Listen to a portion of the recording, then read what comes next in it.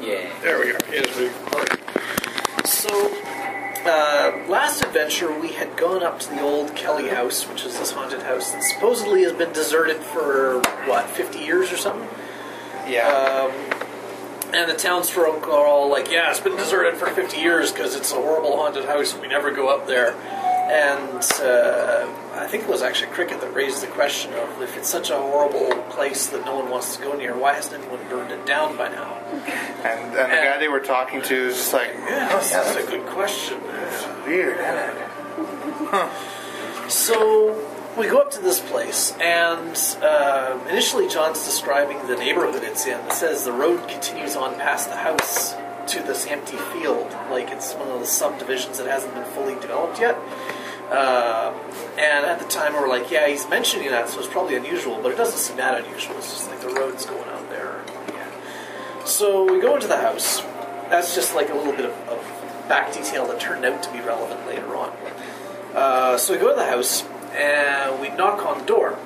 And initially there's no response, but then we start hearing a dog barking. There's a guard dog inside. We decide not to open the door. Instead, we look in through a window, and we see a dining room with dinner on the table that looks like it's been there for about 3 days. So food is like on the table and has been rotting for about 3 days-ish.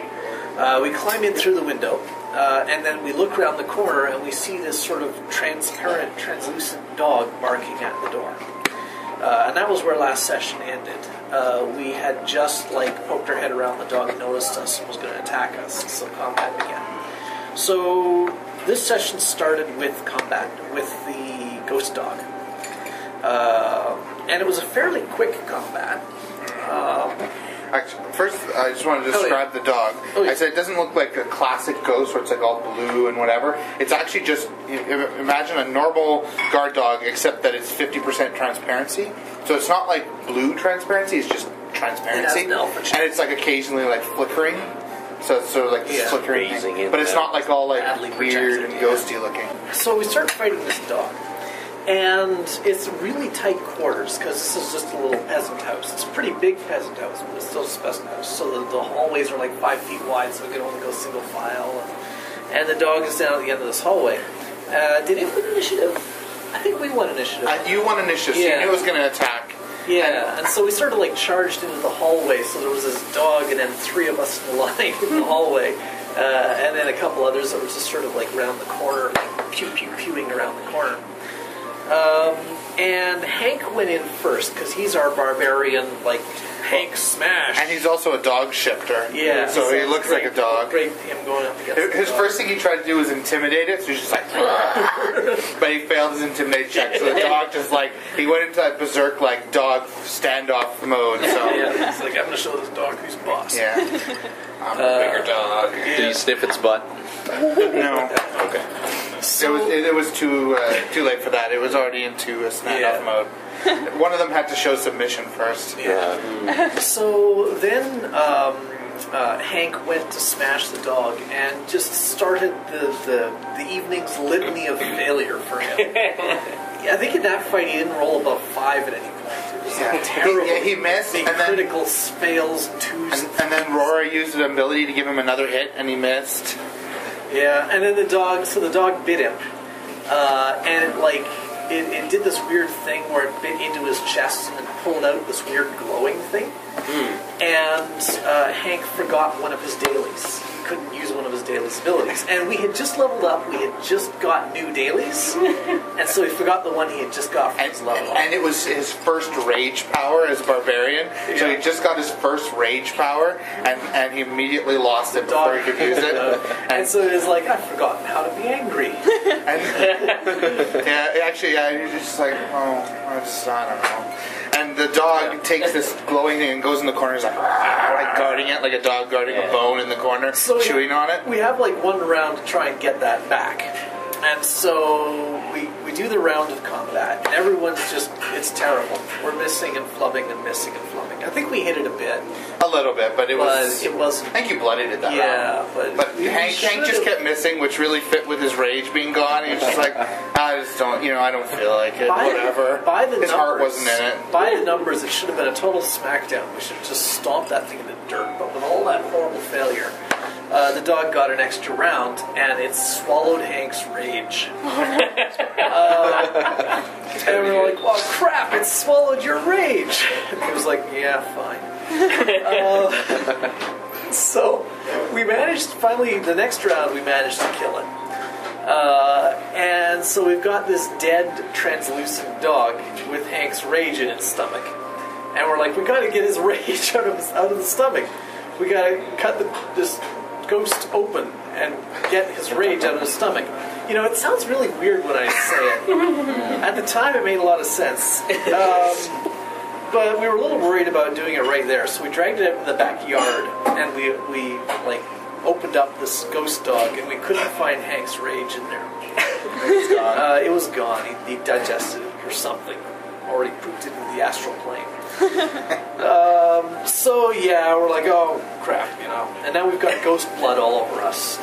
It was very bizarre. It's like there's blood in us and it's phasing in and out. Yeah, and also that reminds me of when they were attacking it. It wasn't like your attack goes right through it, but like it felt like you're hitting something solid. It's just that it was transparent. So same with when they were cutting it open to get the rage out. So anyway, that was a bit of a failure. I mean, we killed the ghost dog, but we didn't learn anything from it, and it ate our barbarian's rage. I'd call that a failure. Yeah. So we were like, okay, Hank, are you all right to go on? It's like, yeah, okay. So we go back into the house, and we pick a door. There's a couple of doors on the ground floor. So we open this door, and it's a bedroom. There's a bunk bed, there's a writing desk, there's a bunch of toys scattered around. And so we all cram into this little bedroom and start investigating. And there's some notes on the writing desk, which are like magic notes. Someone was studying how to be a wizard, how to cast magic. And from the notes, we sort of figured, or Serendipity's our magic expert now. Serendipity Vinkels, sort of Laura, sorry. She's our magic expert, and she figures that whoever was studying this magic is almost to first level wizard sort of level. So they're not like wizard, but they're pretty far. But there's also little girl toys. I think Aurora looked in the closet, and there was clothes for like an 8 to 10-year-old, and there was clothes for like basically an adult or like older teenage girl. Yes, and with bunk beds, we're like, okay, so 2 children, 2 daughters of the house or whatever, and were in this room. And Brooke, the little girl who had originally encountered them, was 8. Yeah. So yeah. And also this fit with some of the portraits and stuff we've seen elsewhere in the house, that there was a larger family that just broke. And so we're like, oh, hey, we're starting to learn some stuff. Okay, and then all of a sudden, this another ghost showed up. What was it, a late teen? Early teen? A girl in her late teens. Late teens shows up at the door and screams at us to get out of her room. And immediately makes all of the furniture and toys in the room animate. And so we're going to have the fight. And initially John had drawn out the map on the battle map, and the room was a little 2 square by 3 square room. And we've got 5 party members crammed into there. And then she's at the door, and then we also have to have the bunk bed and the desk and some toys that were animated. So John was like, yeah, I'm going to redraw this house bigger. So he made the room a little bit bigger, but it was still really cramped. Yeah, I just added a square on each side. Yeah, and then when he put in the bunk bed and the desk, that filled all the extra space, so there was still really nowhere. Yeah, there was like... Should have made everyone squeeze. It was like... And made the toys a swarm. No, well, the toys he already didn't put on the board. Yeah, the toys were kind of a swarm anyway, in a way. I did something special for them. Yeah, but it was a little bit like one of those slidey games where there's one empty space. Yeah. So yeah, the combat begins, and she won initiative this time, the ghost. So all the furniture is like it starts attacking us. It's really nasty. We're getting pretty badly pounded, especially by that bunk bed. Jeez. No, the desk. The desk was the real powerhouse, if I remember correctly. The bunk bed kept missing, but that desk kept slamming on Hank. Well, Hank tried to climb up onto the desk. Yeah, and he failed like 3 times in a row because the desk resisted him. It's not quite as easy as climbing on a desk. Yeah, and then the desk started biting him. It was awful. Cricket had been putting the toys away and tidying up. Hands him down. As we've been going through the house, that's what Cricket's been doing. Oh yeah, and you tidied up. Look, that's all right. You tidied up the desk too. You just finished tidying it, and when the desk came to life, all the paper shot out. All the toys. Cleaning that. Oh yes. So it was turning out to be a pretty hard fight. Those toys were nasty. They were minions, but when you killed them, they had this free attack that did ongoing damage, stuff like that. And one of them crammed itself down Cricket's throat. That was very, very disturbing. Yeah. Aurora tried to reason with the girl because Aurora always tries to reason. I mean, because the ghost she'd been crying. I said her mascara had run, and she was crying, and she was like, "Get out of my room, leave my stuff alone." And Robin was like, "Yeah, peasants have mascara." It's a fantasy world. Why not? They make it out of magic. Okay. Yeah. And in a fairly nice house, they're probably, high-level peasants. But so Aurora tried to reason with her, but when Aurora talked to her, she just freaked out, absolutely freaked out, I don't know. Yeah. It was weird. And she just attacked more. Yeah. So it was a nasty fight. Aurora did this awesome daily. It's her new daily, I think, right? Mm-hmm. Where I can't remember what the primary effect was, but the sort of secondary thing was for the rest of the encounter, any enemies that were adjacent to her were weakened, which means they do half damage. And that was that saved our bacon because especially in a cramped little area. Crammed in thing. She was standing between the bunk bed and the desk and touching all the toys, so they were all weakened. Yeah, and I think the ghost as well wasn't it? Yeah, eventually, yeah. Yeah. She had everyone weakened, but it was a sustaining power. She had to do these minor actions to sustain it. And then what happened? That disrupted her. So the ghost at one point did this attack where she shot these glowing streams both to her and to Croesus, and it hit. And when it hit, it drained their ability, and it made it so that basically each of them got to pick one at will power. That was the only power they could use, save ends. They forgot how to do everything else to do with their class except one at will power. Which included the sustain ability. So she was going to lose it. But Cricket has, what were the Gloves of Divine Grace or something? Gloves of Grace.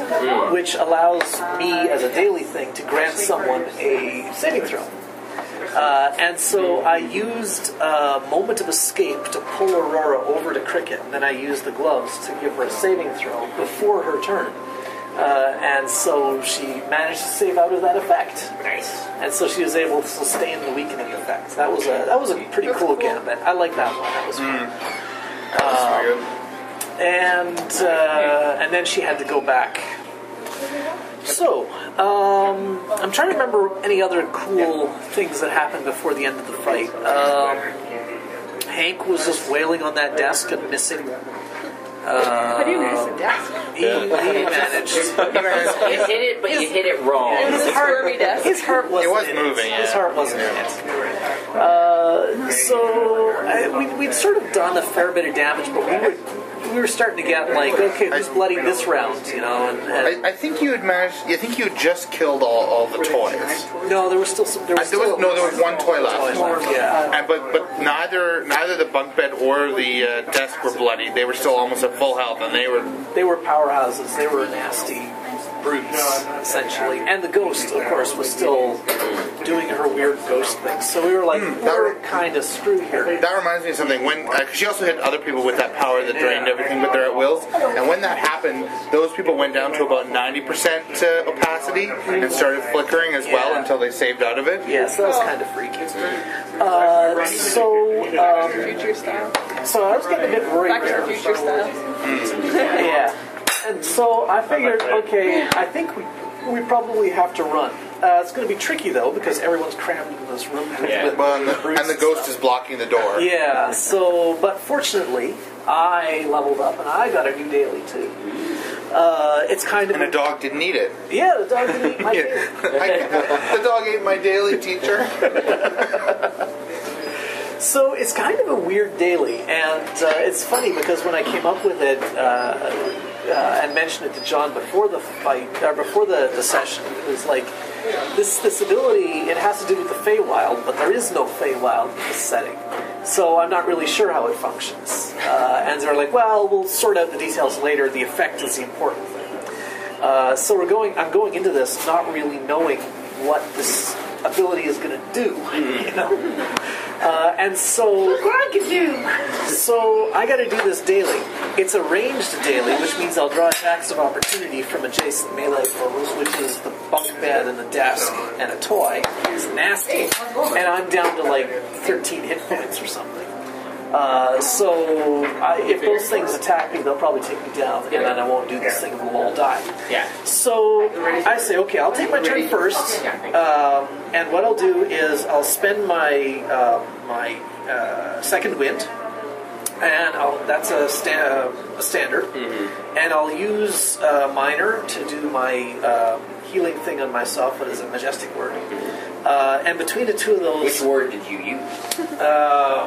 Oh crap. And so that brought me almost to full, and I figured, okay, I got enough that I can take two plus two hits. defenses. Yeah, plus two full. defenses. I can take 2 hits from 2 brutes and the toy. I think I'll make it. And so then I use an action point to do my daily, which is what's it called? Track through Mithridane? Yes, trip through Mithridane? Something like that. Trek through Mithridane. And what it does is the target, it does some damage to the target if you hit, but that's just kind of an irrelevant gravy thing, whatever, I don't care about that. The effect is the target is sent to the Feywild. Save ends. So I basically scream at this ghost, no, you get out of this room, and do the daily, and she disappears. And all of the furniture she's animating goes quiescent. And so I tell the party, get out of here, run, because she's going to come back, save ends. So I don't know if she'll be back next round. But I've blown through all my actions, so I can't get out of there.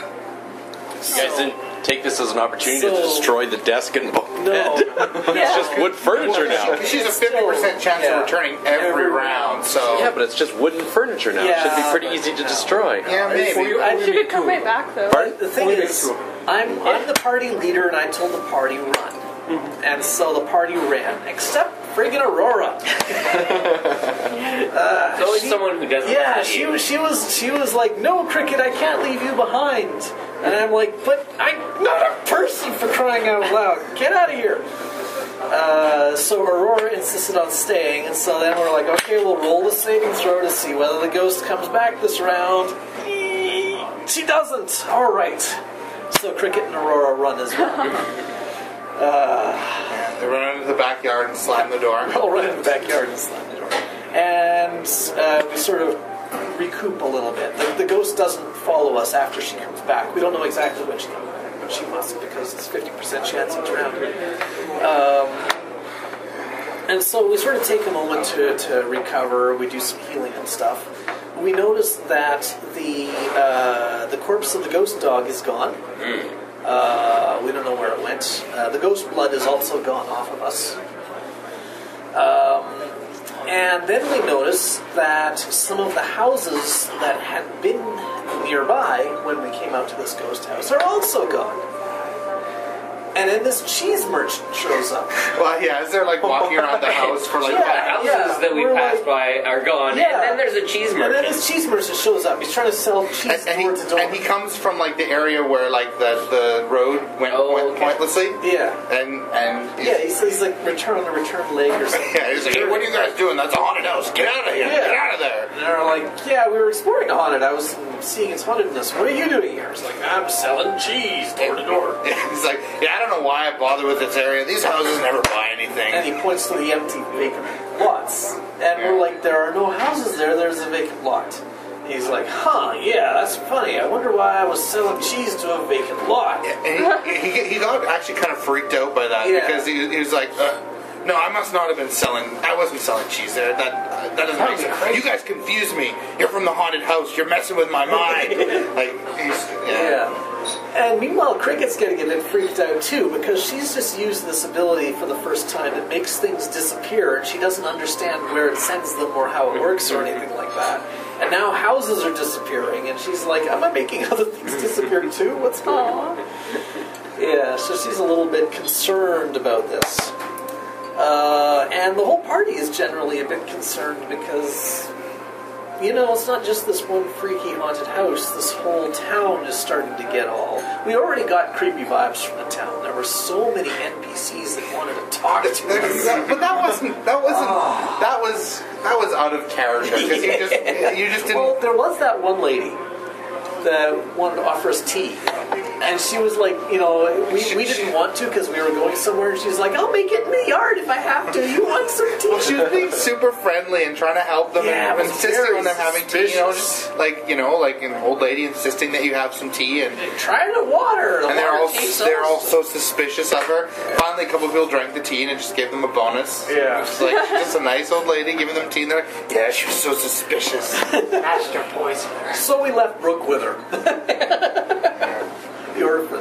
Because, you know, we didn't want to drag the orphan into the haunted house. She'd, like, turn into a monster. Fire sometimes does solve all problems.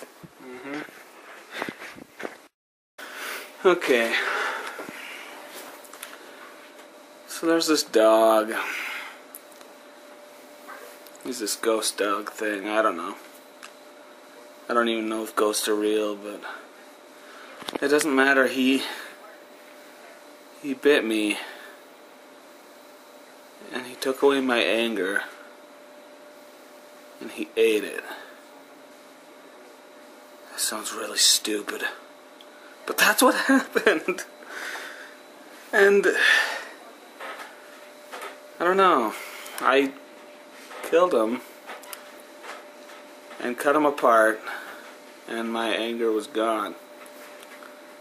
It sounds really stupid when I say it like that, but that's actually what happened, and I don't know. And then, I don't know, even before that happened, I was just having a really off day. I couldn't hit anything, and I don't know. I'm not having a good day. Maybe I just need to sleep it off. You can solve so much with fire. Alright, I'm getting a little bit freaked out here. So, we're investigating this house that the locals claim is haunted, and we go inside, and sure enough, there's something that looks like a ghost. It's a dog that's sort of flickering in and out. But ghosts aren't real, so something else must be going on. I don't know what it is. Anyway, we kill, I guess, the ghost dog. And then we investigate further, and we go into this bedroom, and this teenage girl ghost thing comes into the room and starts screaming at us to get out of her room. And all of the furniture in her room starts coming alive, and all the toys start swirling around, making a terrible mess, and trying to kill us. And then it was terrible. We were trapped in there. We couldn't get out. And then I shouted at her. I told her that she should get out. And then she went somewhere. I made her disappear or something. And, well, we took that opportunity. We ran out of there. And then when we were outside, we found that other houses around the place have also disappeared. And there's this big empty field. And then this cheese merchant comes along and says that he's been selling cheese to this empty field. And did I make those houses disappear too? I don't know where I sent them. This is very... Oh, I'm getting a little bit unsettled here. It's made out of wood. Wood burns. Dear Diary, today, I must confess, I got very, very angry. I almost lost control. There was this young woman, she was kind of faded somehow, and I can only assume that she was Brooke's older sister. I don't remember. I don't think Brooke told me her sister's names. I wish I'd asked. How could I not have asked that? Maybe if only I'd known her name and could have talked to her by name, but she wasn't even listening to me, and I was trying to explain how we were there to help, and we really wanted to help little Brookie, but anyway, she wouldn't listen to me, and I just kind of lost my temper. You know, sometimes teenagers, I don't know. And I pulled her towards me, and I just smacked her. And then I thought, who am I? What am I doing? How did she get here? I didn't mean to just pull her to me, and suddenly she was there lying on the ground, and I had hit her, and she seemed weaker, and then, of course, the bed and the desk and the toys were attacking my friends, which was strange. I can't recall that ever happening here before.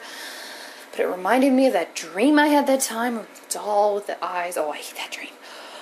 So, anyway, I wish that Aderon was here, because then I could talk to him about my experience and that moment where I lost control of my temper, and I know that he would help me feel better. What would he say? He would say, Aurora, what would he say? He would say, it's natural to lose your temper, and it's okay. And yeah, she disappeared, but it wasn't you who did that. And I'm sure she'll come back, and you'll be able to explain things to her, and you need to focus and find the good. That might be what he might say, maybe. But I can't check, because he's not here, because he's dead.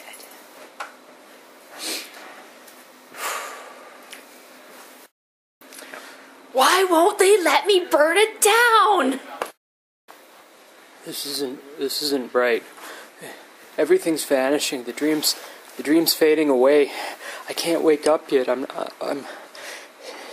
She said I had to tell my story. She said I'd know, and what if my friends start vanishing? What if there's no one to tell my story to?